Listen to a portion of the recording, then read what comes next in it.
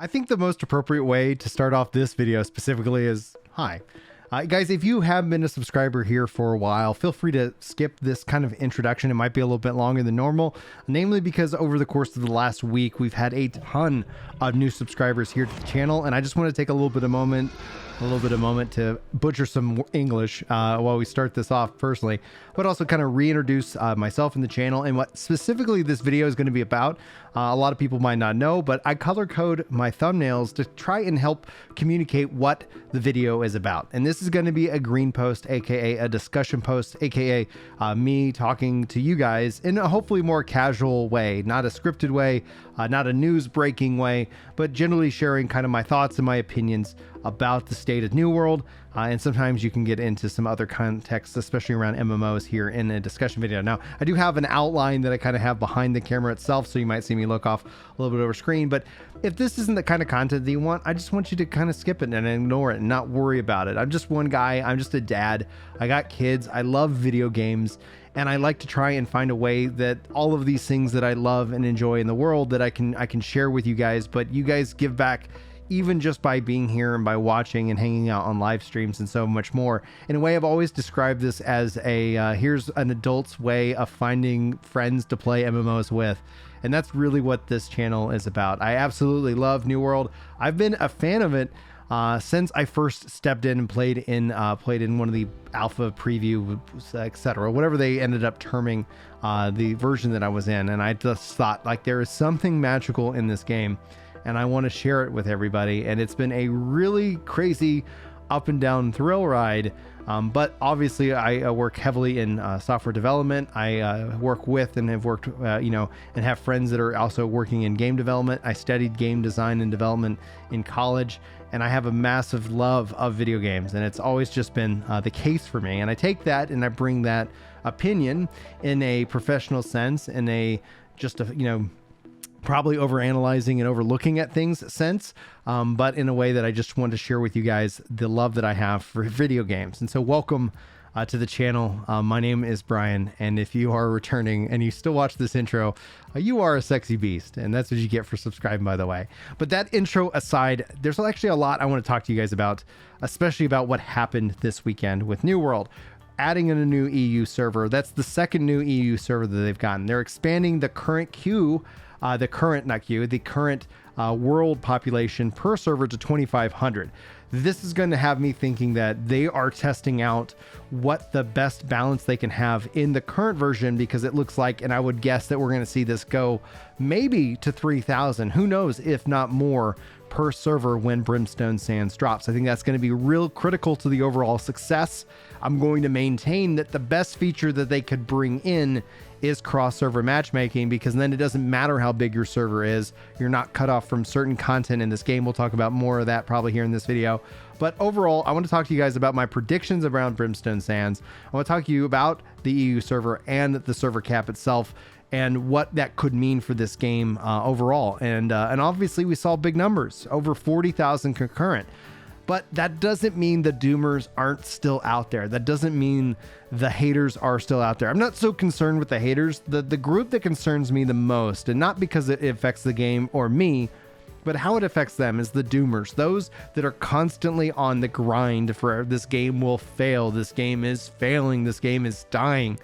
They're so played out. They're so either they're just like really lazy trolls, like if we were going to try to categorize kind of where they're coming from, or they're just blind and a part of, I guess, of movement. And that's actually some of the concerns that I always have for what social media does to us. Just the fact that it could do it here. I want to encourage you guys, especially in the comments, if you see a doomer, don't hate them. Don't sit there and try and dunk on them, because logic is going to win in the end. The game, whether it succeeds, thrives, becomes the biggest MMO out there, or at least within the top 5. I think it's easily a top 5 MMO. I think it is easily a top 5 MMO right now. It's easily my number 1 MMO right now.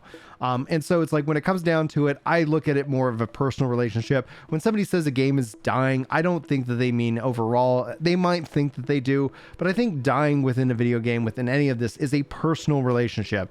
New World didn't fail. It might have failed somebody. And so I always kind of say, when I hear those kind of conversations, communications, I always add the caveat for me, you know, like when everybody's like is hating or dunking on a game. But I'd encourage you guys to almost in a way kill them with kindness, because they're either here just trying to get attention, or they just don't understand video games or MMOs, and they're unfortunately displaying their ignorance in a very public way. And the best thing we can do is actually be better than they are, and actually highlight the fact that as a community, we have an opportunity here to win the day. And I think we can win the day with kindness, because nobody playing New World right now is going to say the game is perfect. In fact, I think if you asked and you polled the entire community, the game, people would come back in an overwhelming majority saying, yeah, the game, it's got a lot of potential. You know, the game, it's getting better. Oh man, the game, it's going to have a really nice future.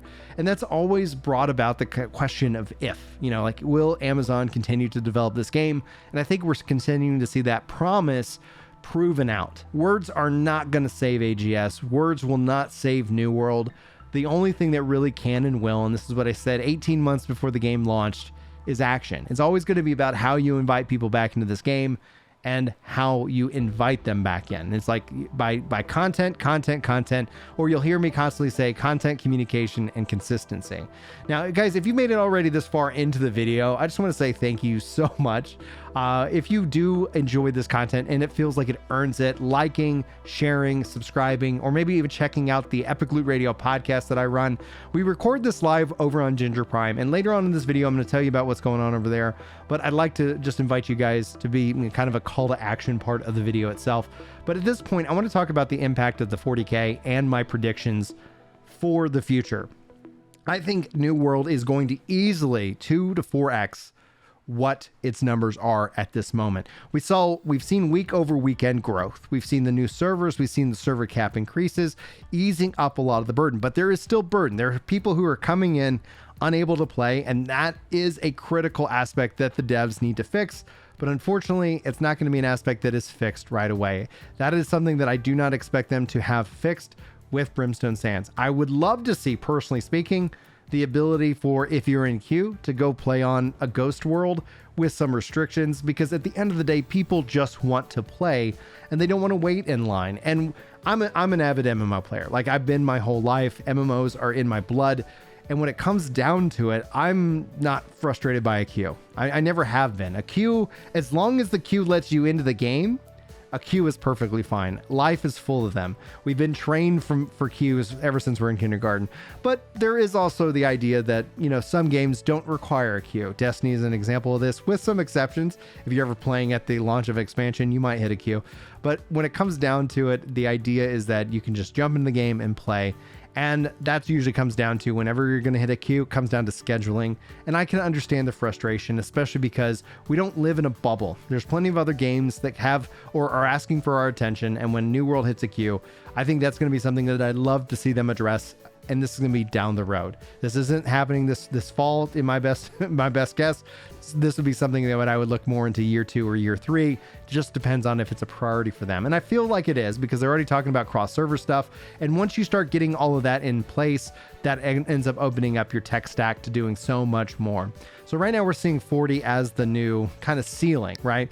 And how I look at this is I look at this in terms of floors and ceilings when it comes to player base. I was always curious as to what the floor was when it came to New World. I was never worried about any of the drop. If you go look at any of my videos calling out other content creators for their bad analysis, like, all of those things are all driven under the fact is that we haven't yet seen the floor.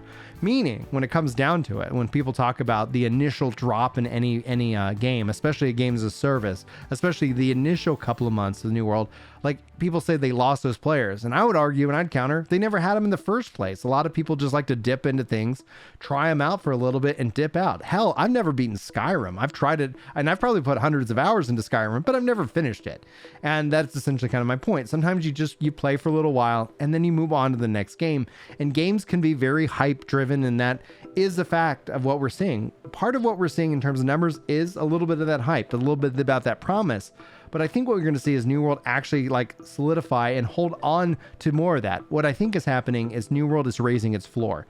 As far as its ceiling, I think we're going to see a 2 to 4x. This would put the game anywhere from around 80 to 160,000 concurrent. Now, and you've seen in plenty of videos, don't think concurrency actually is the number that we should care about. We want to know about returning rates. We want to know about new player growth. MMOs are built off of always inviting in new players, and that's an important fact. And I would actually rate new players from returning players as a more critical component to any health of any MMORPG, but we don't have those numbers to go off of, and so the most public number that we can go off of is concurrency when it comes down to it. I use concurrency to factor out and figure out the monthly active users, and hopefully you guys enjoy that series. That will continue here on the channel, and I think it'll be here next week or a couple, 10 days from now, somewhere around those lines, where you'll see the next one from me on that once we have a really better picture of how September is shaping out. There's so much more to share and so much more things that are to come for this game that I think September is actually, I think right now we're still haven't hit the peak excitement.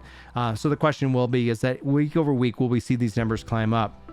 So easily, I think, with Brimstone Sands in October, assuming that we don't have any catastrophic kind of issues, that we would see the 2 to 4x. What that actually would do, I think, is drive a lot more people to come back, not just for the hype, but just to see that the devs are committed and are working towards it. Afterwards, we'll of course see a continual dip, but again, I think that floor that has been raised is going to maintain itself up, and I think essentially you'll see that's where New World starts to get into its cycle. And I think one of the things that, if we're honest with ourselves about MMO players, and to talk to just the hardcore MMO player that came up from the originals, EverQuest, I was Final Fantasy 11 as my first MMO.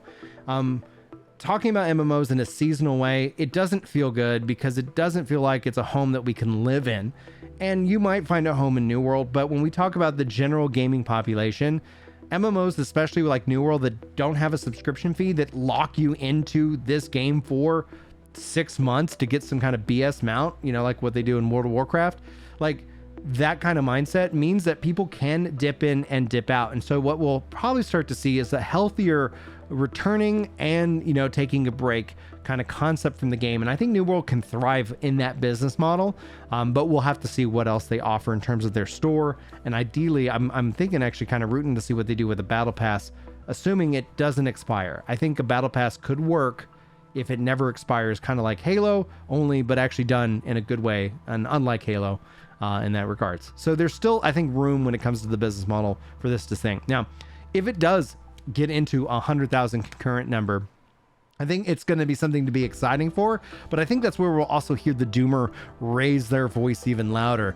Oh, the numbers will continue to fall. And that's why I really kind of, in a way, feel sorry for a doomer. They're in the comment section of these videos. I see them all the time. It's so bold of them to pronounce something so dumb to the world, and like that's a part of me that just feels for them on a personal level, and I wish that there was a way that I could reach them, and the only real way is either to try and kill them with kindness or just straight out ignore them. And I hope that regardless, when they start to see these numbers rise, they start to call into question the information that they're fed, because either a doomer is being fed algorithmic information that is incorrect, but it's incorrect because it's emotionally algorithmic. What I mean by that is that, with all due respect, I know this might come off, and I'm not trying to mean this as condescending, but algorithms, especially in social media, they're driven off of an emotional intelligence, not an actual intelligence. And what makes you feel either the most angry or the most happy. And those are the things that get shared. Those are the things that, receive the likes. Those are the things that get the engagement. It's what makes you feel good or feel angry. And that's what the machine learning has learned about humanity. And that's why algorithms are driven off of this kind of emotion, these kind of extreme highs and lows, this bipolar nature that I think if we don't learn how to manage it individually, it can end up dominating our lives and consuming our lives, which is not good. But that aside, is that when you actually then come with like kind of rational, science-driven data numbers, talking about the like actual history and actual facts, that's boring. It's not emotional. It doesn't really make you feel good. It can make you feel dumb. It can make you feel frustrated, or, like you then start to try and tack on things like that. And so I think that a lot of things is that people have been educated on this emotional intelligence over actually like critical thought. And that's where essentially, like, I think that as they start to, I guess, question the sources that get fed them this information, that we might see something bigger and better. That we might see them actually start to go and say, wait a minute, that wasn't actually true what this person said, that this game was garbage. I actually finally tried it, because we haven't even seen them push into marketing. We haven't even seen advertisements around this game. That's why I say, like, if they 4X what they're at currently with Brimstone, holy freaking crap, guys. Like, that's the time to buckle up and celebrate. Yes, I don't think it's gonna, like, if they 4X it, I don't think it will maintain that, but if it does, like, ooh, buckle up, guys, because it's going to be a freaking wild ride, to say for sure. It's not my intention to like waste your time. That's just some thoughts that I have when it comes down to it. I think in terms of multiplications, when we start to look at those numbers, they make the most sense when we start rather than tying it to a specific number. Even though, like, you can do the math. 2x of 40k is 80k, or 4x of 40k is 160k. Like, that feels like it's a decent size relationship. There'll still be doomers around there, like, because they'll still continue to look at whatever numbers they were when New World launched, thinking that we're going to break through that ceiling. I think it's going to, if New World's ever going to break through that ceiling of what it launched at, I think it's got its work cut out for it. I think it can do it, but it's going to have to be something that where they have to put in a lot of work, a lot of time, generate a lot of hype for it. And I don't think that's going to happen with, like, a new zone and with the updates that they're making to the game. I do think that it is possible if that's what gamers really want. It's going to be interesting to see where the numbers all fall, where it all shakes out. I'm going to keep putting in my feedback to New World. I'd encourage you guys to do the same. Let me know what your predictions are, especially as it relates to when October's kind of big announcement comes, when the patch finally drops, when we actually start seeing people return. Who knows? Maybe we'll still be within this range. I don't think the numbers that we're seeing right now are bad numbers whatsoever. I think these are really healthy and maintainable and exciting numbers to see, and it's going to be neat to see if this continues its trend going up. I do feel like, because of, like, it's interesting because, like, they turned off the promotion for the half off already. Like, that was before this weekend. They also, the summer medley fair is turned off, and there's no Twitch drops currently. So in terms of their marketing strategy, it seems like that's all kind of taken a step back. And so I think that when all of that gets turned on again, and we've got more news to cover, when we have more, like, actual, like, you can go into Brimstone Sands today kind of mindset, it'll be interesting to see how that feels and how it plays itself out. Either way, I'll be keeping you guys up to date on news, on the patch notes, on my guides, so much more. Again, if you're new and this is a video that you're stumbling into after a guide, welcome. I hope you enjoyed it. I try to not farm you guys for content. It's very important to me that if I'm going to share something, it actually means something. So note that you won't, while sometimes it feels like I upload daily, I'm not going to upload if there's really nothing to talk about. But you can always join us over on Discord. You can always check out more videos over here. You can always check out the podcast. I'd love it if you either subscribe to the audio or come hang out for the live shows. I gave an update over on Ginger Prime, trying to grow to 1,000 members at that $1 tier. Now, I've got bigger goals, and I'm trying to produce, like, the best live shows, especially around MMOs. So if you guys have followed over on Ginger Prime, thank you. And if you consider and you feel like the content I put out over there is worth it, I'm not bringing membership here. I'm keeping it at $1 over there, because that's where I do the live streams and the live shows. And I'm trying to not farm you guys for memberships as well. So just note that that is something that I'm thinking about. But anyways, thanks for watching. Thanks for listening. I hope that you enjoy the content that you get here. I hope you check out the Ginger Prime channel as well. But until next time, take care.